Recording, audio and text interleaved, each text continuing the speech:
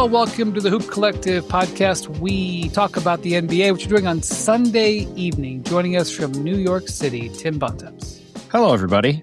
I want to know what this howdy pennant is in the background of our guy's new fancy setup in his new house. Yes, joining us from New Digs in Dallas is Ben MacMahon. Howdy, partners. That actually was sent to me by one of our crack Sports Center producers, Jessica Showbar, a.k.a. Showbusy.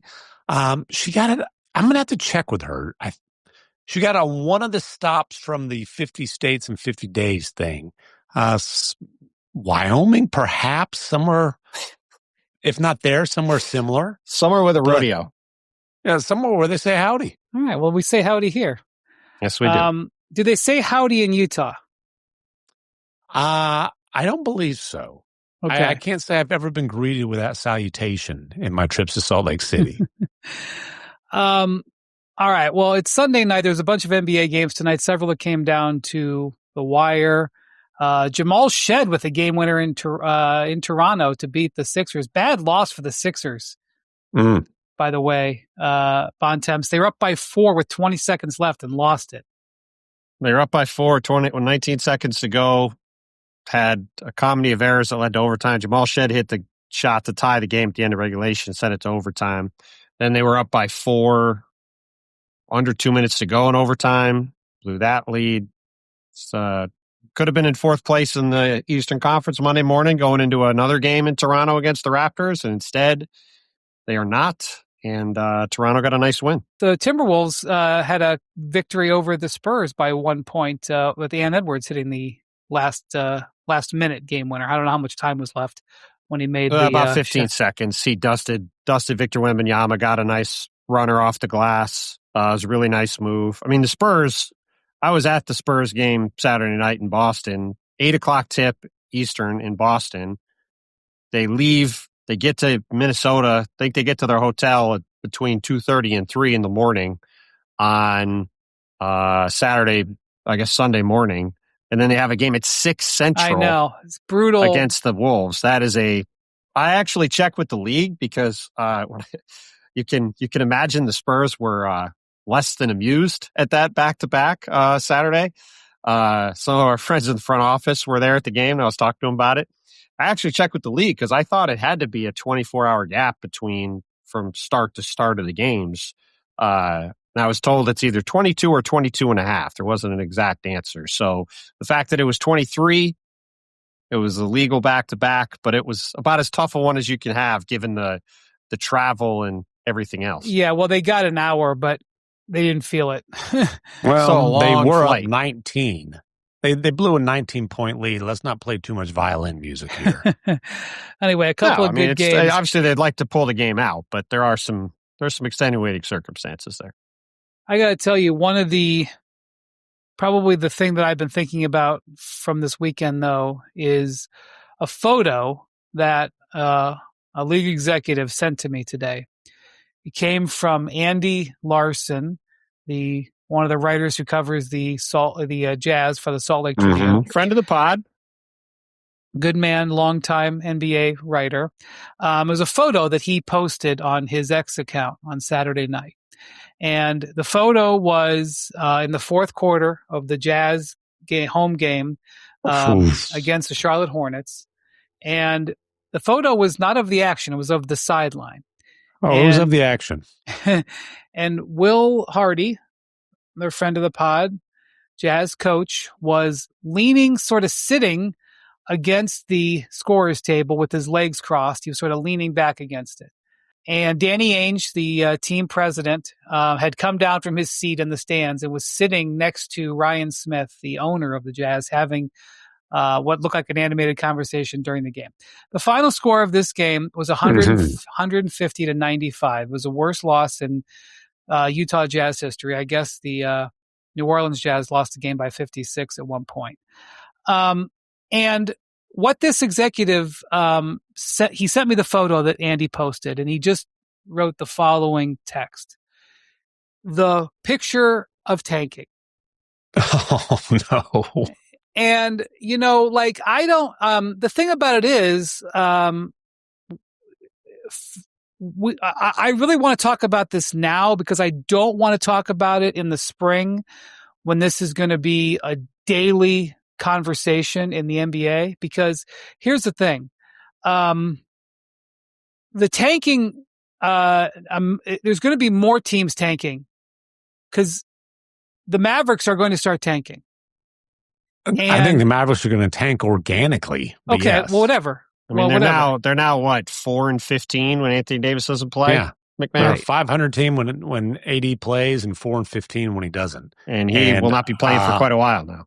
I don't anticipate he plays again this season.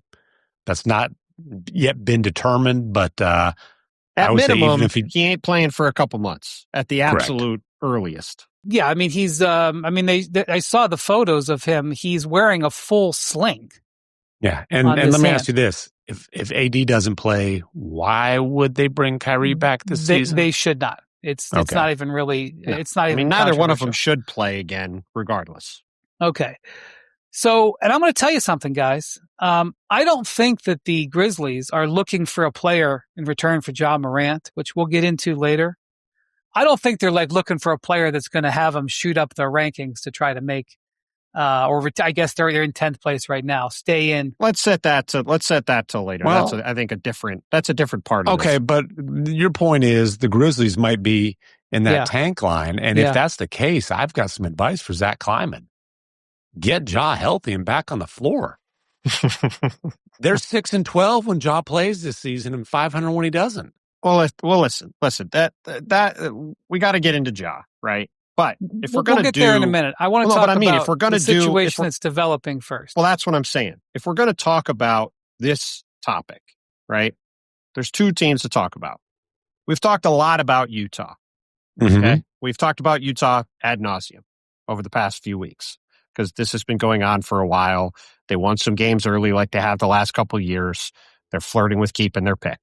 It's year 3 of pick protection. Yes. Well, the Washington Wizards are doing the exact same thing. That's right. Now, it is hidden a little bit because the team got off to a very bad start, but they won some games recently. They now make this Trae Young trade.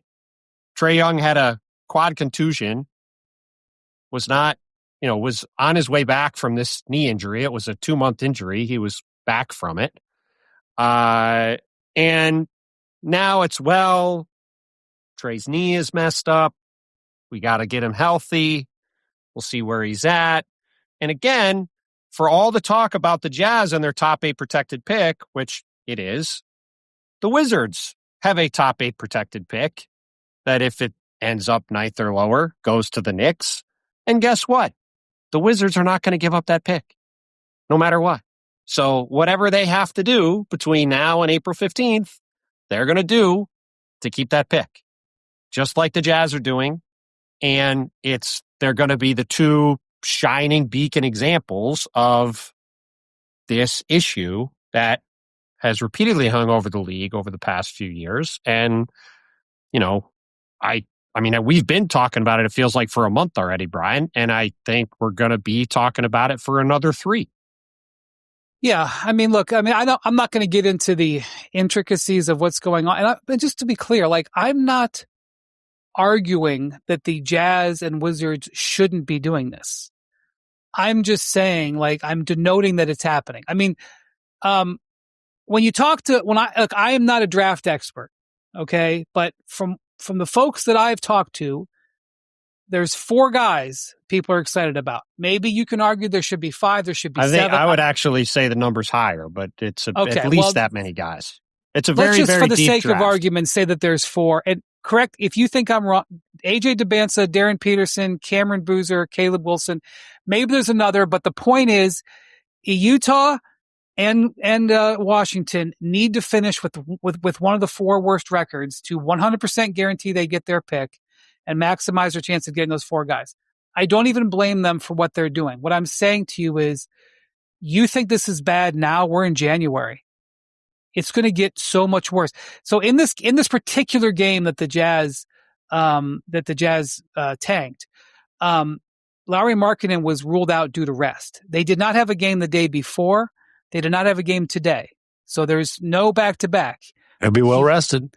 so you would say, well, why would they have him rest against Charlotte at home? And the Why would answer they is do that? because Charlotte had the exact same record as Utah.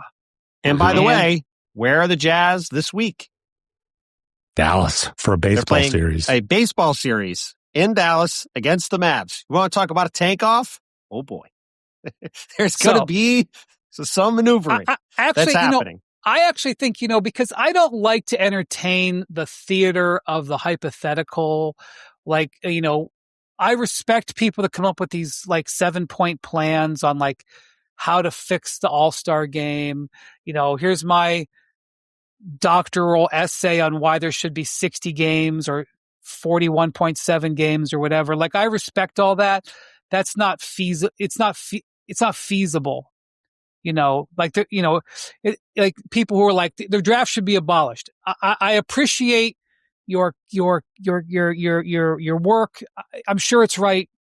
It's not I'm happening. sorry or It's good not for happening. you, whatever. Yeah, exactly. But one thing I'm going to tell you is that as I see the way teams react to get, single digit percentage points advantages in the draft, it is now crystal clear to me that the NBA Cup must be tied to some sort of draft reward.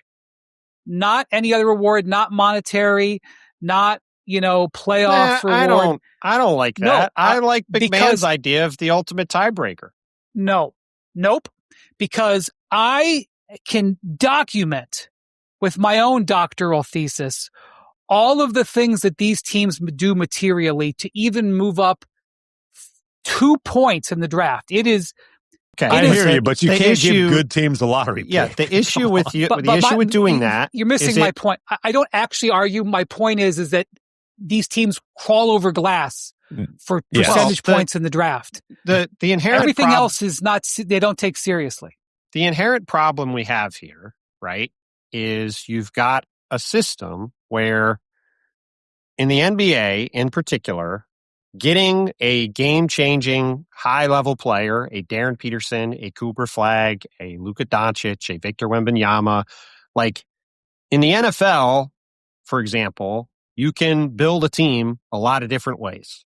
In baseball, even though we have seen teams drive the car all the way in the ditch for years because they just have a straight system where if you lose the most games, you get the most money in the draft. That being said, you can build a baseball team in a lot of different ways. In the NBA, while we're getting to a harder cap system and there's a bit of a flatter talent base now, and you can maybe construct a high-level team in different ways. We'll see how the playoffs play out this year. At the end of the day, the overwhelming evidence is to be a championship-level team in the NBA, you have to have one of the 5 to 10 best players in the sport on your team, and maybe 2 of them. And the best way to do that, and for probably 2/3 of the teams in the league, the only way to do that is to get them in the draft. Or to get lucky, because Denver did it with the guy who was picked in the second round. But they drafted him. I mean, yeah, you're not always going to draft him with the first pick. I'd be the first to say the draft is an exact science. But if you look at the best players in the sport, almost all of them, well, many of them, not almost all of them at this point, but many of them are with the team that drafted him or a team that traded for him 1 year in, like Shea. Right. So you have a situation where we all can sit here and agree the Wizards are doing the right thing. The Jazz are doing the right thing. The Nets last year and this year are doing the right thing. Like, these teams are doing the right thing, but it's a situation where the incentives are set up to where there are a lot of teams that are very bad and have a lot of incentive to be very bad. So the question is there a way to change those incentives? All right, and that's where the league is trying. The right thing for these franchises is a very wrong thing for the league, and I firmly believe that the fact that tanking is a smart strategy is the NBA's biggest problem. I don't know how to fix it. They're searching for ways. Well, there's certain... Okay, what's over the last 25 years, our sort of adulthood, MacMahon's could be debated. What's been the best run NBA team? The Spurs. Okay. Spurs have not made the playoffs since 2018. Okay. I will list you the best run NBA teams' draft picks. Okay. 2018, the last year they made the playoffs. Lonnie Walker.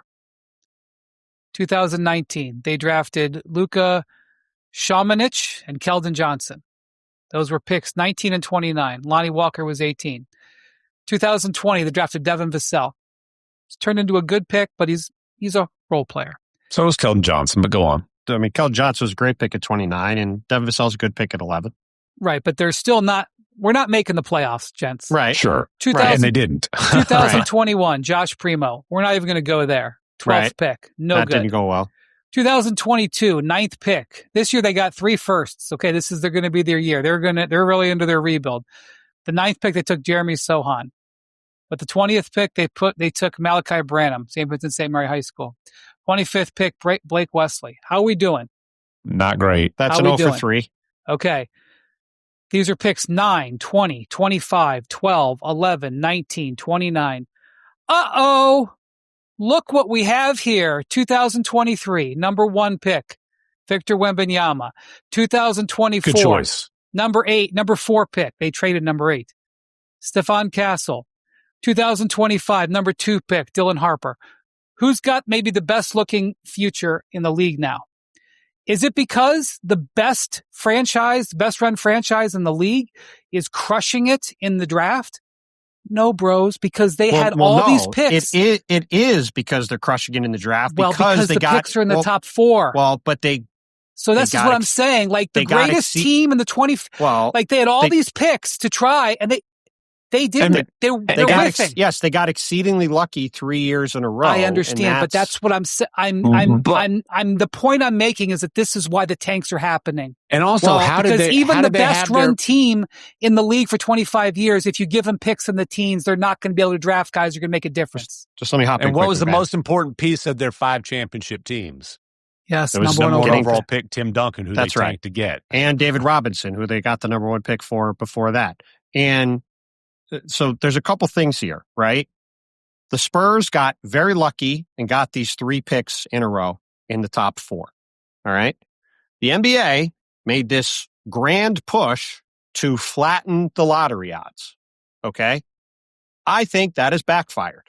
I think it is, if you look repeatedly over time, all sorts of teams from the 7 to 11 range in the lottery have leapt up and gotten Zion Williamson, Ja Morant, the Lakers in part got Anthony Davis because they jumped up from 11. Cooper Flagg just jumped up last year.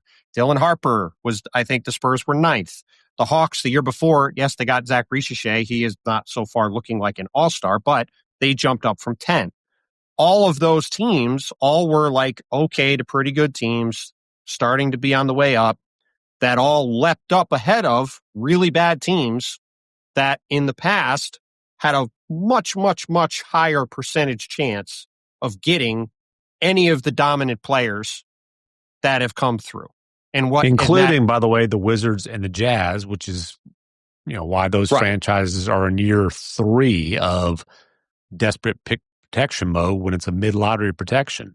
Right. And this last year, the 4 teams with the worst records, Charlotte stayed 4th. The other 3 fell out of the top 4 entirely. Right? In a draft where VJ Edgecombe went 3rd, he's awfully good. Dylan Harper Philly's another team that obviously had tanked to keep their pick, but Philly got VJ Edgecombe. He's awfully good. Dylan Harper goes to the Spurs. He's awfully good. And we know how good Cooper is. So like the reform the league tried to do to flatten the odds to not have it be as incentivized for the worst teams to tank, I don't think has worked in the way that they hoped that it would. So the question now will be, okay, what is the league going to do? One option is to look at this mid-lottery pick protection, which has been sort of the most glaring example of teams trying to manipulate the system. The Spurs last year, the Jazz this year, the Wizards this year, the Warriors when they got Harrison Barnes. All of those teams all had top 6, top 7, top 8. The Mavericks, when they kept their top 10 protected pick, bailed out of the play-in to keep their pick. All of those were all the same thing. Now, there's very different arguments on whether you should do that or not, which we've talked about before. Do you want to limit teams' ability to negotiate, et cetera, et cetera? The other option then, I think, is to look at the broader incentives in general and say, how do you fix the incentives that we're talking about, where teams at the bottom are incentivized to lose all the way through as much as possible? And that's where the idea that I have thought a lot about, we've talked about it a bunch, that I think is the best fix to this, that I think solves the most problems without creating new ones, or at least many new ones, is the one where at some point in February, whether it's after the All-Star break or at some date in the schedule, number of games, whatever, it goes from losses going towards the lottery to wins going towards the lottery.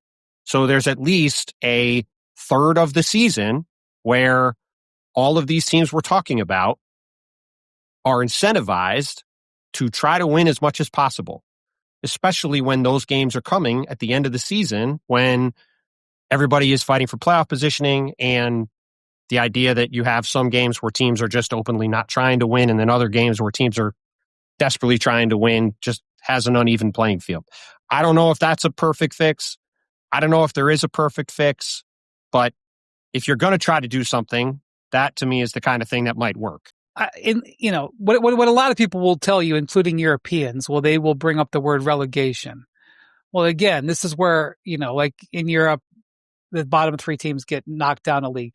That's not realistic. Again, you could do a doctoral review on why this is wonderful. The NBA is a league with that. It's entirely set up with the entire, it's the complete polar opposite of a league that's built on relegation. They want everybody to have a chance. You need 23 votes. Why would one owner vote for relegation? Just forget that. The NBA is the whole idea of the NBA is for everybody to have a chance to win. In a relegation system, the teams with the most money get the best players. That's like the opposite of what the NBA is trying to do. Right. Well, okay. What you're talking about, Bontemps, goes up to one of my favorite quotes of all time, which I've said on the pod before, and I reference it a lot. It's practically second behind actions over words. Charlie Munger, the late Berkshire Hathaway. Back to Omaha, baby. That's right. Show me the incentive and I'll show you the outcome. So that's what you're seeing right now. You show me the incentive, which in the case of the Jazz and the Wizards, get in that top four, and I'll show you the outcome. Last year, show me the incentive with Philly. Top six, baby. Come hell or high water, top six. Well, listen, the Sixers as late as like January, I think, honestly, were telling me we don't think we can be that bad. And then their season went so badly that they were like, you know what? Maybe we can be that bad. And show they me were the incentive, that bad. and I'll show you the outcome. By the way, I heard the same thing from the Mavs weeks ago now, but basically saying, dude, we could try to be bad. We can't be worse than like eighth in the lottery odds. Yeah. Right. Again, show me the incentive. I'll show you the outcome. And that's why I think you got to tweak incentives. That's why I feel strongly that I like the, March 1st or whatever, flip it to where the wins count towards your lottery odds. I also like, if you are a bottom, we can discuss number 3 team, 4 team, whatever it is, multiple years, then I don't think those teams should be able to get luxury tax payments. Or you could do something very, very simple and just do it and, fix it in one sentence, which is that every lottery team has the same odds. So that, if you're a non-playoff team, you're at least playing. You're not keeping your star player on the bench for rest when there's days off on either side. Okay. I mean, the moral hazard cancel of that, the play-in tournament if you do that. Yes, because the moral hazard of that, punting play-in games. Exactly. The moral hazard of that is: are you seeing an 8-9 play-in game to play the Oklahoma City Thunder in the first round, where somebody just says, "Yeah, we're just going to sit all of our top 9 guys today, and we're just not going to make the playoffs." The other thing about European soccer gets a lot right, and one of it is relegation. That's not an option in the NBA.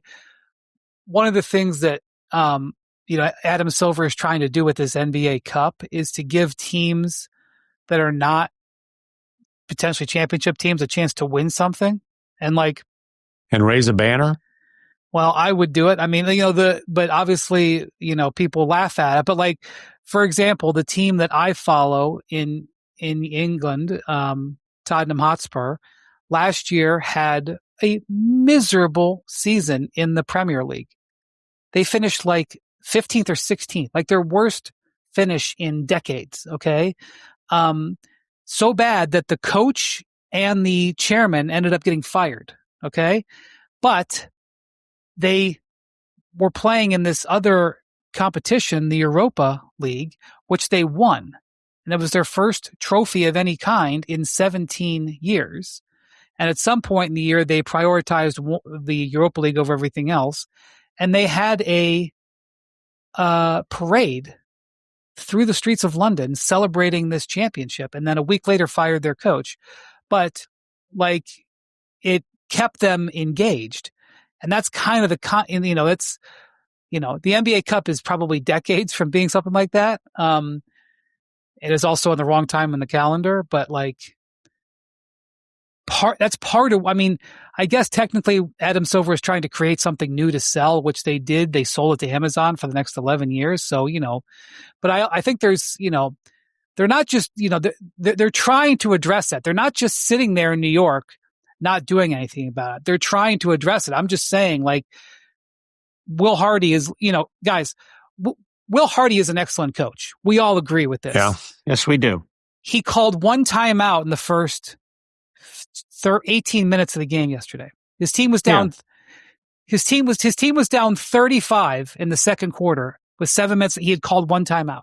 Yeah, I mean, listen, it's a brutal situation for everybody involved, and it's not. It's not. It can both be the right thing to do and a very not fun thing to do, especially when you're the person who's standing there with your arms crossed and you're leaning up against the stanchion and you're the one taking all the L's on your record over and over and over again, despite being an excellent coach. And it's really a rough way to go about things if you have to do it for multiple years, because it's completely counterproductive to your player development program. Like, player development's a euphemism in a lot of times for tanking, because it's like, oh, we'll play the young guys and sit the vets. But when you have promising young players that aren't in competitive situations and that are developing bad habits because, frankly, losing is part of the plan, there's rot that can creep into your team, into your franchise.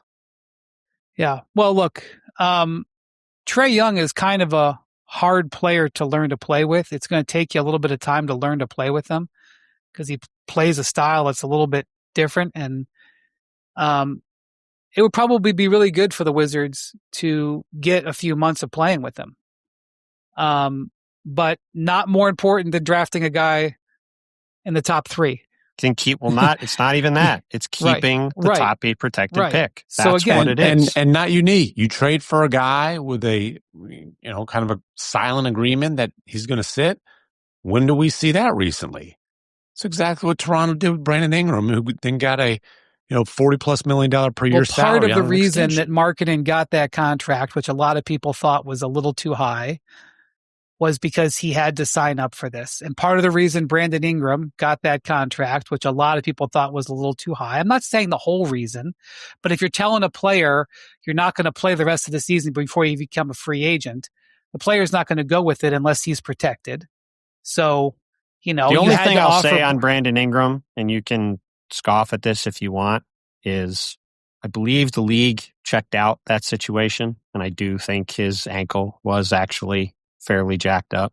I'm not saying that the goal was the same for everybody there, but that situation I think might be slightly filed differently than. Okay. Be that as it may, Trae Young played 5 games after he hurt his knee. He came back and played 5 games. No, listen, I don't want to wrap the Wizards over the knuckles. I'm not like it's not their fault. We all understand what's going on. We all think it's the right thing for these teams to do. Again, it goes back to the problem of the incentives. And you bring up the NBA Cup. The NBA created the NBA Cup, I would say, for 2 reasons, mainly. One, to have a thing to sell, which they did successfully because they're very good at selling things. And two, for as much as Adam talks about having another thing to win, I guess it's three, because I do think there's some validity to that. The other reason they created it, and I think probably the main reason, is they were trying to find a way to juice up the first 2 months of the schedule when people were watching college football in the NFL. And I would say the NBA Cup is not it's not the NBA Finals, but I think it has achieved its objective of getting people to pay a little more attention in November and the first half of December. People care a little bit more about the NBA than they did 3 years ago. Now, this entire topic we're talking about is about the schedule from the All-Star game, especially from the All-Star game until April 15th. When, as we all know, and we all really like watching basketball and we enjoy it beyond it being our jobs, those 2 months are full of wretched games. And that's by design. So are you really going to sit here and keep going in perpetuity and having a third or more of your schedule by design be set up with teams flagrantly not trying to play and trying not to win for understandable reasons, but that go against putting the best product on the court, which is why I appreciate how MacMahon has framed this over and over again, that it is one of the main things the league should be worried about, because if you tell people over and over again that you don't need to watch these games, newsflash, they're not going to watch the games. They're going to do something else. All right.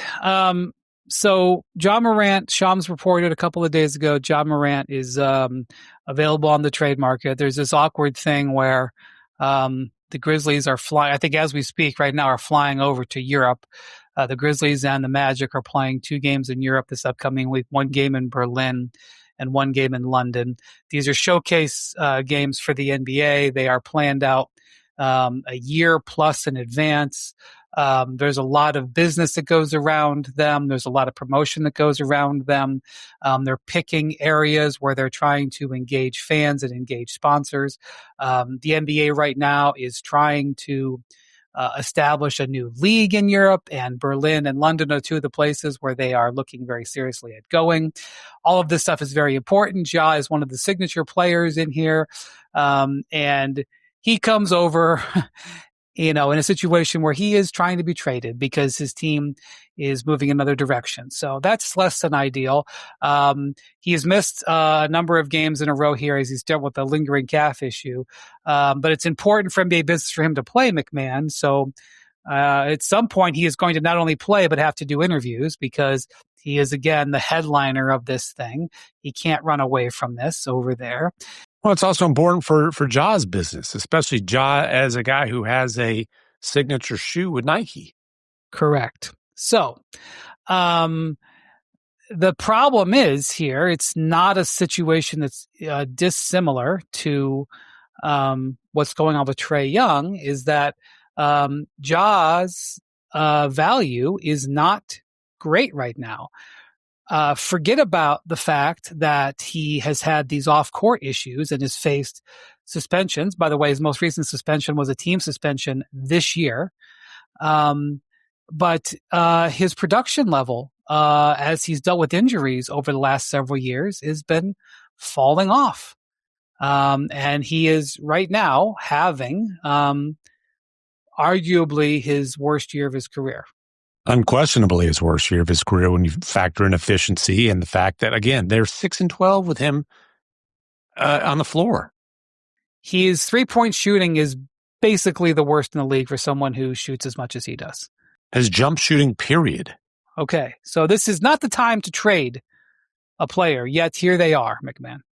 Well, yeah, and look, people, oh my gosh, I can't believe they couldn't get more for Trae Young. If that's what you think, you haven't been paying attention. Like, Bobby and I wrote about this in early December, and it's not like it was some kind of new concept here.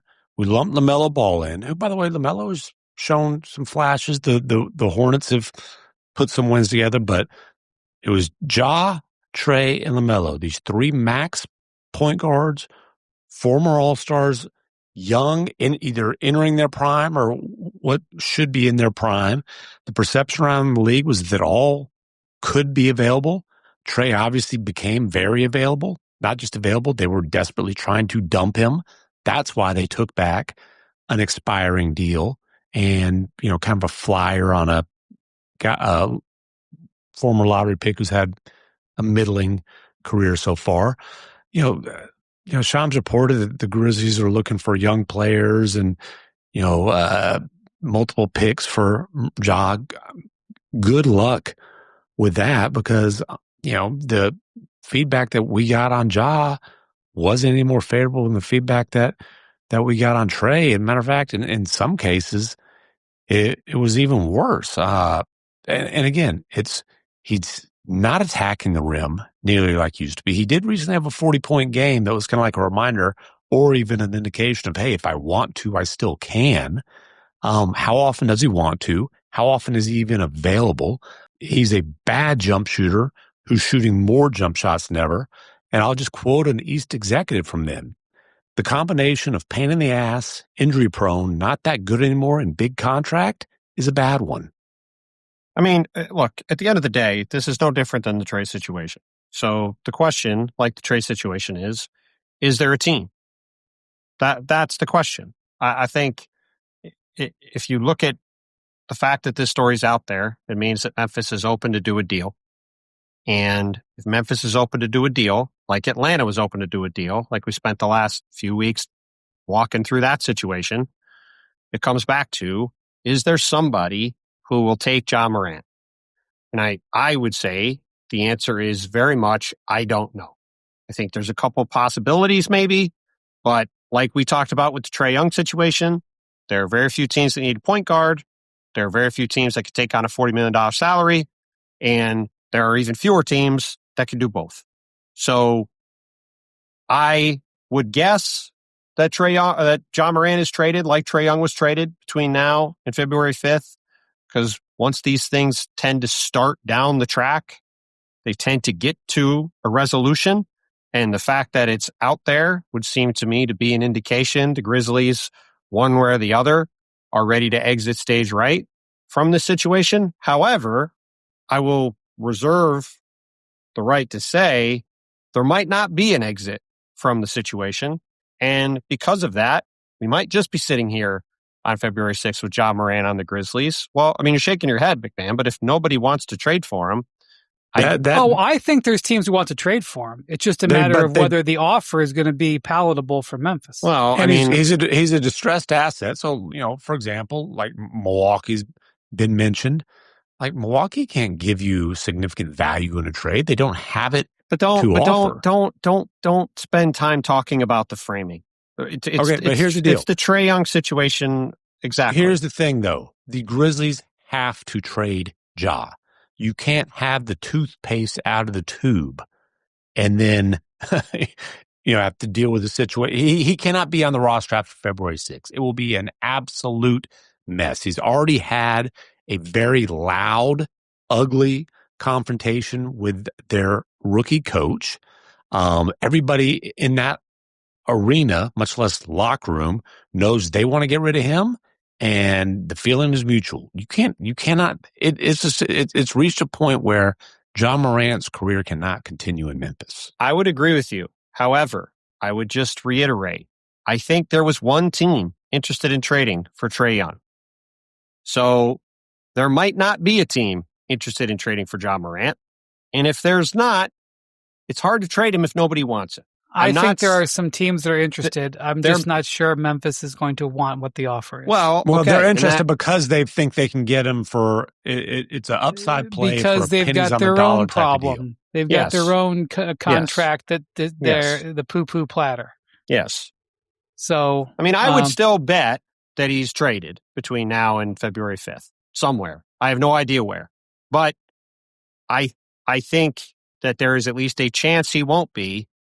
Because either no one's really interested or the only things that are of interest are just, for whatever reason, a worse situation than telling Ja to park it till the summer and trying again then. So let's go back in some history. What happened when the Thunder decided to trade Paul George? What happened next? Well, one, it was not in the middle of the season. Okay. Two, that's fine. But what happened next? What happened when next? they decided to trade Paul George? Yeah. For Paul George or trade him away? They traded Russell Westbrook. Yeah. When the Jazz traded Rudy Gobert. Oh, we're going back to the Desmond Bane trade? Is this what we're doing? Desmond Bane has been traded. Now Ja Morant's available. So are you moving it forward? Well, right. I would say if you go back to that, if you want to look at these situations in analog, because I think they are an analog, why was DeJounte Murray traded and not Trae Young? Because they could get value for him. Because DeJounte Murray had a lot more value to at least one team than Trae Young had anywhere. And that's exactly what happened with Desmond Bane. I think if the Grizzlies could have gotten that package for Ja Morant, they would still have Desmond Bane. And I'm not sure they'd be looking to trade Desmond Bane. However, but they traded Desmond Bane this summer. And what else did they do this summer of significance? They also extended Jaren Jackson Jr. to as much as they could give him, the second they could give him, despite the fact they knew he had to get toe surgery. So their actions are telling you that they are determined to rebuild the Grizzlies, I would say, around Jaren Jackson Jr. There is a lot of discussion around the league wondering if that is mutual, I would say. Yeah, I mean, look, I would say all bets are off in general. The way things have gone there, I'm not so certain I would be rushing to take on Jaren Jackson Jr. and his money at this point. I'm not sure how well that contract will age over time for all the time we've talked about guys in that stratosphere of money. And yeah, like I just go back to the Trae thing over and over again. Like this is exactly like the Trae Young situation. And I suspect if a trade happens, it's either going to look something like that or it's going to be longer term money, but like that. Yeah. Because I just don't see where any kind of strong offer is coming in for him, because frankly, I think if there had been a strong offer somewhere, he wouldn't be on the team today. Yeah, it's not like this reporting is the first time people around the league thought that Ja was available. Like now this is the first time that there's been kind of the admission that he's being shopped, but there's been the perception that Ja could be had in the trade market for over a year now. It's also, again, it's the same as Trae.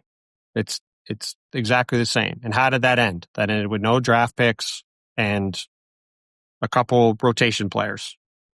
If there are multiple picks involved in this, it's because the Grizzlies are taking back some really ugly long-term salaries. Right. Well, the other thing is the Grizzlies have a very complex pick situation this year. Yeah. It involves swaps with the Suns and Wizards, which involves the Bane trade. But basically...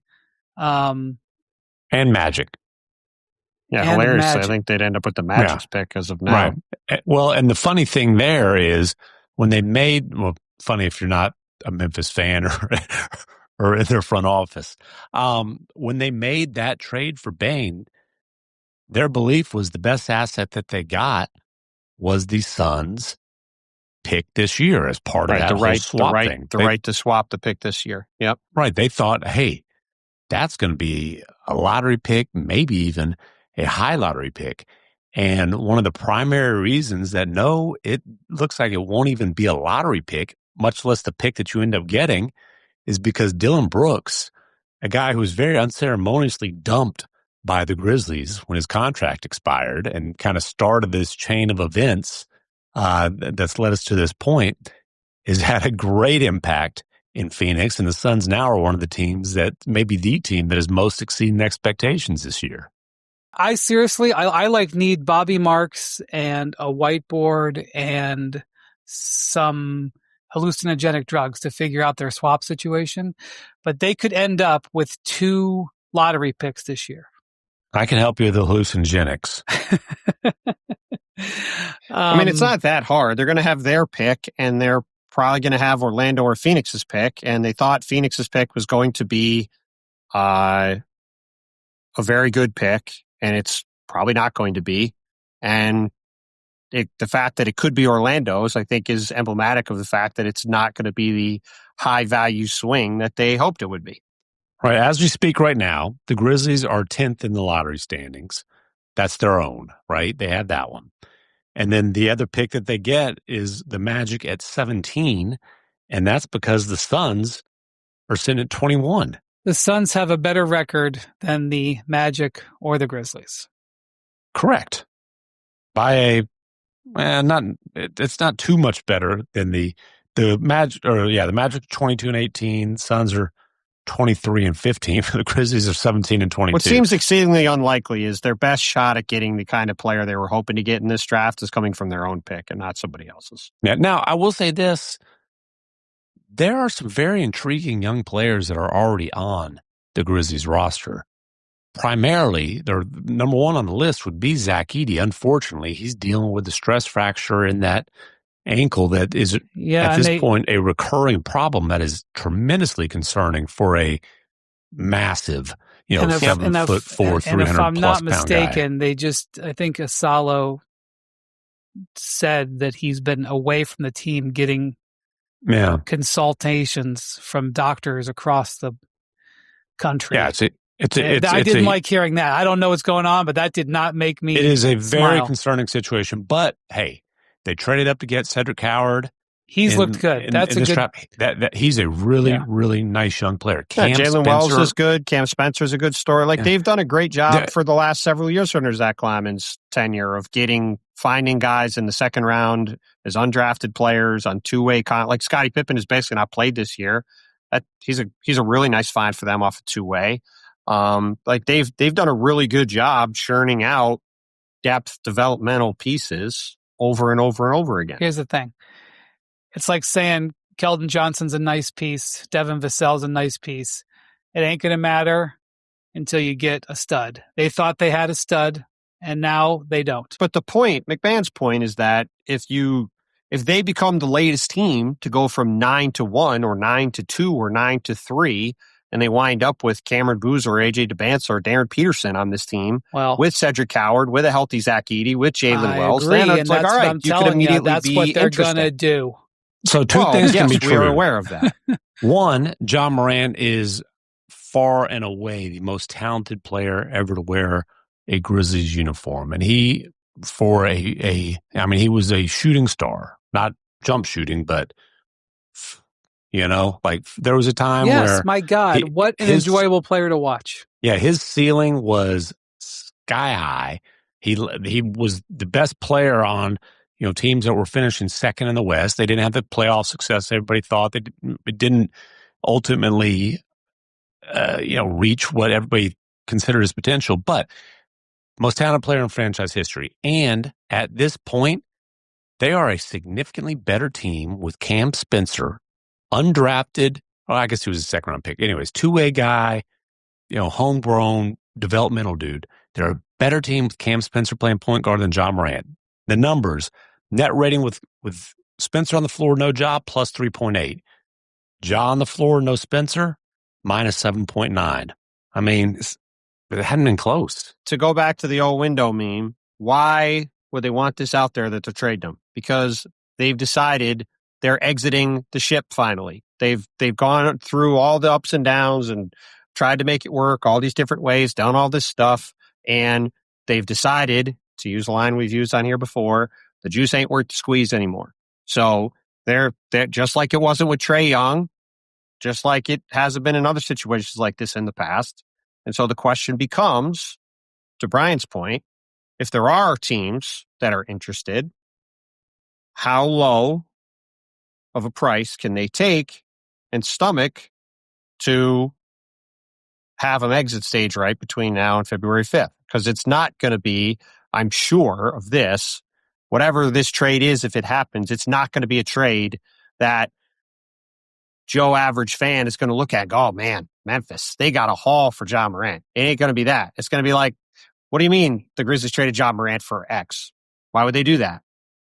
But that's not the way it should obviously be looked at.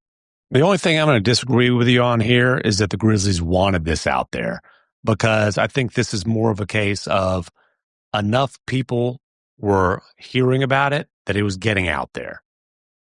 You know, that, I mean, when a player knows, hey, I'm gone soon, and, you know, blah, blah, blah, blah, blah, blah, it starts spreading, it's getting out there. So I don't think this was something that the Grizzlies were like, hey, well, this is I'm not saying that, but I'm not saying that, but I think they were aware. I would just say that they would be aware this was going to be out there on Friday. Well, look, here's the thing. This is what the Mavericks were afraid of when they wanted to trade Luka. They wanted to keep it all, hush, one minor difference. Do not deign any. We're just going to not deign a single second of Luka Doncic trade process with this.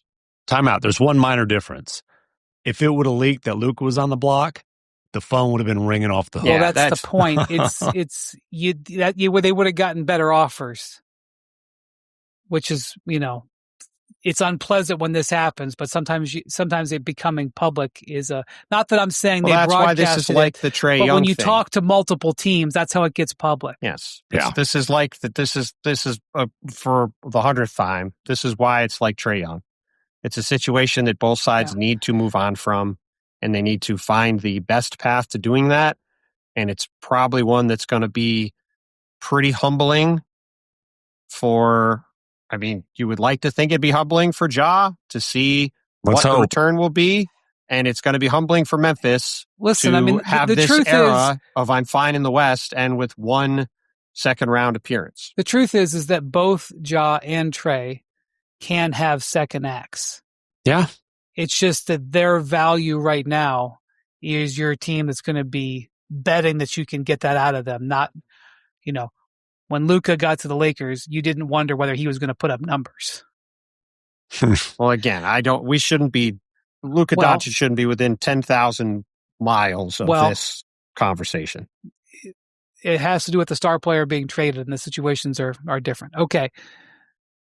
Bontemps, the game that were you in Boston? You were in Boston last night? I was in Boston for the Raptors Celtics game on Friday and the Spurs Celtics game on Saturday.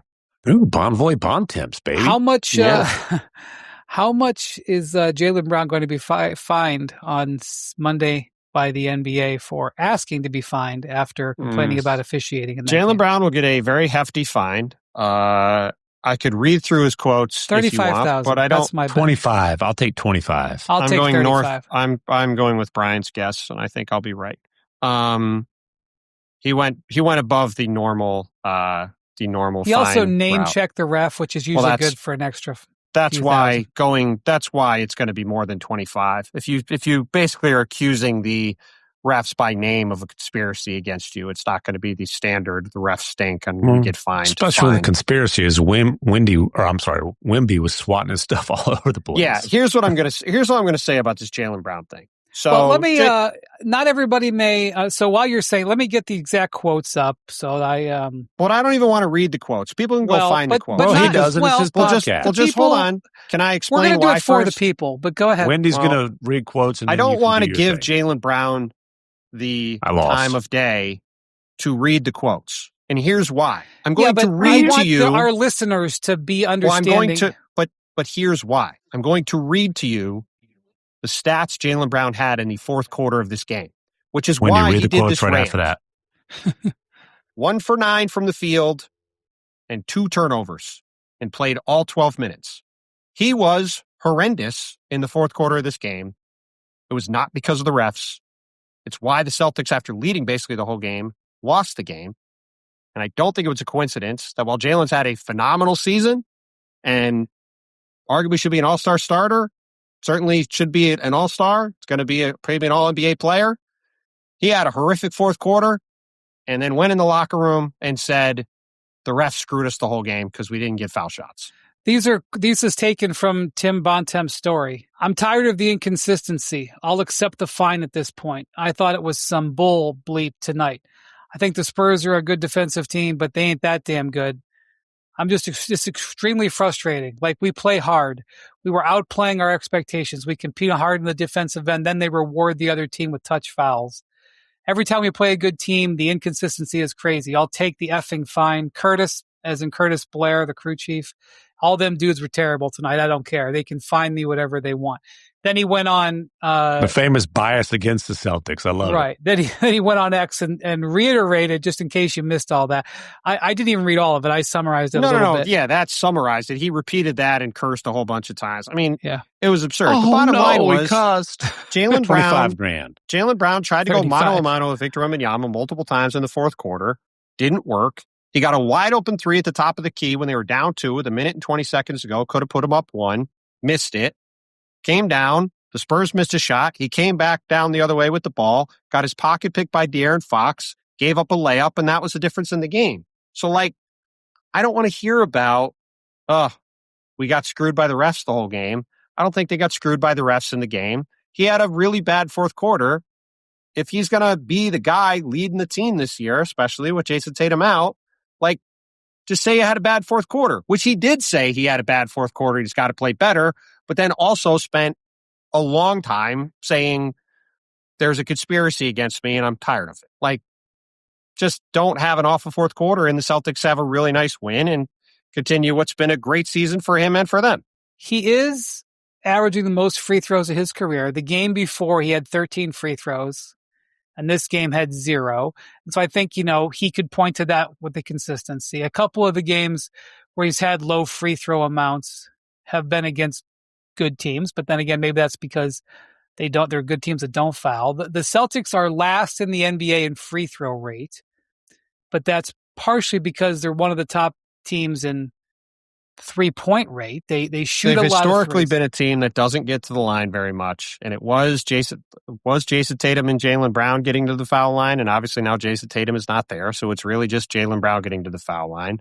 Not too dissimilar from the discussion we've repeatedly had about the Thunder and how they've got 1 or 2 guys that really get to the line consistently. And Joe Mazzulla got asked about this after the game, and his response was, yeah, there were 4 or 5 fouls we had that we sent to the line easy, and we can't do that. Which, like, I would agree. That would probably be the way to go. Can't do that. And the other thing is Jaylen Brown, great player, who's a man that's prone to search for conspiracy theories. That is true. Jaylen's had a great season, and he's been better than I expected he would be. And the Celtics have been awesome, and full credit to him and to them. And like I said, he did take blame for how he played in the fourth quarter. I personally would have liked it to just stop at, yeah, I had a really crappy 12 minutes, and I'll be better. Then you wouldn't have had a story to write. Yeah, I also would have been fine not having the story to write. But here's the thing. Jaylen Brown recently boasted he's the best two-way player in the league, and I don't mind it at all. I think there's a case for it. I just think the guy that was swatting his stuff left and right in the fourth quarter has a better case. I will say this. So I guess there's another side of this. So I saw a stat that that Jaylen averages the third most drives per game. You guys want to guess who's first and second? Denny Avdia and Shai Gilgeous-Alexander. There you go. You got it right. Which Shai is routinely, they slap the free throw merchant on him. Like, I'm not sure why that's such an insult, but whatever. That's the only thing people can do to say negative about Shai is that he gets a lot of free throws. It's like, no. You're right. How insulting, I take him on my team. He's pretty good. I would take him too. And then Denny Avdia, didn't Tarver Easton the other day, something he had some comment about the zebras. And, he called them a. By the way, hopefully Denny is all right. He did get hurt today. A very awkward looking fall. He late in the Knicks game tonight, had another huge game. He landed and immediately grabbed his back and walked off the court, went to the locker room. Tiago Splitter said he's worried about it. Denny said he is not, but that bears watching. Obviously, he's got a chance to make his first All-Star team, and he should make his first All-Star team. Yeah, and by the way, he ranks second in the league, Denny Avdia, in free throws attempted at 9.9. He plays he doesn't just drive; he bulldozes. He He's a tight end my going point to the is basket. that people are complaining and throwing, insults for the foul hunting for Denny and for SGA. No one's, Jaylen is dodging that smoke. Where does Jaylen rank in drives? Third is what I saw. Okay, he does rank.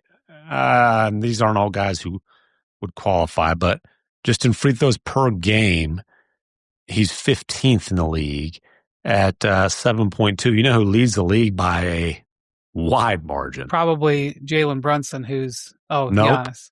Nope. Giannis is third at 9.5. Shea's fourth at 9.2. Yeah, your old pal. Yeah. A guy who also has done a fair amount of complaining to and about refereeing during his day. Luka Doncic is averaging 12 free throws per game. Yeah. Yeah. Well, by the way, speaking of the Rockets, they're in trouble against the Kings in Sacramento right now, and they're lucky. We've given the Rockets a lot of praise this year. They're lucky that this podcast was happening before the end of that game, because if they end up losing this game, they just got beat twice in Portland. They just got beat in Dallas the other night. They are not a good road team right now. And not a good road team. Şengün is back tonight. He got hurt in the first minute against Dallas. So, they fell apart without KD, and they're both losses in Portland and the loss in Dallas. I would say Şengün's absence certainly was a factor. Well, that's true, in that. but those teams are missing players too. I would agree. And if they lose to Sac, that's a pretty rough stretch. I don't know what's going to happen. For all I know, in the next 10 seconds, Amen Thompson will hit 4 threes, and Şengün, who's not having a good game tonight, will make 9 straight points. They've had some consistent offensive struggles late. I mean, not too dissimilar from the Thunder, who have really been scuffling. I mean, they scuffled for a while today against Miami, went on to win. By the way, one team that had been scuffling, I wound up winning by, I think, 12. One team that had been scuffling quite a bit, we talked about them tangentially earlier, the Atlanta Hawks are about to pretty comfortably beat the Warriors in Golden State, where the Warriors had been awfully hot for a while, and they've now ripped off 3 wins in a row since that trade. And I will just say, in games that Trae Young did not finish this season, they are 19-13.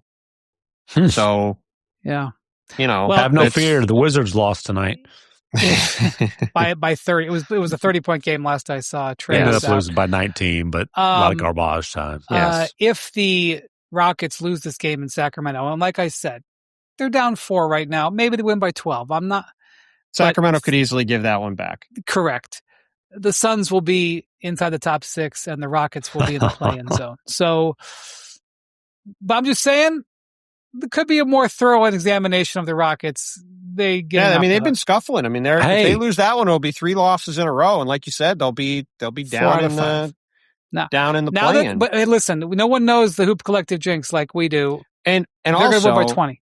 Well, listen, the other thing, I mean, we've talked about it a little bit.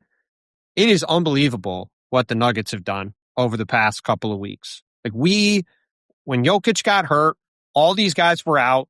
It was like, man, are the Nuggets going to be falling out of the play? Are they going to be in the play-in? Are they going to be sixth? You had them in the lottery. I didn't have them in the lottery, but I certainly thought they were going to plummet without Jokic. And instead, they go to Boston and win. Yeah. They go to Boston and win. They go to Philly and win. They go to Toronto and win.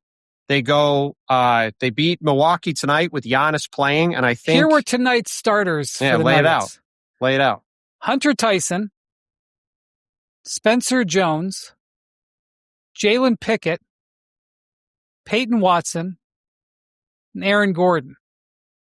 And they all had negative plus minuses except for Peyton Watson. Tim Hardaway Jr., a minimum signing, had 25 points on 8-12 shooting, was plus 27 in 35 minutes off the bench. Zeke Naji, a guy who his career had much maligned.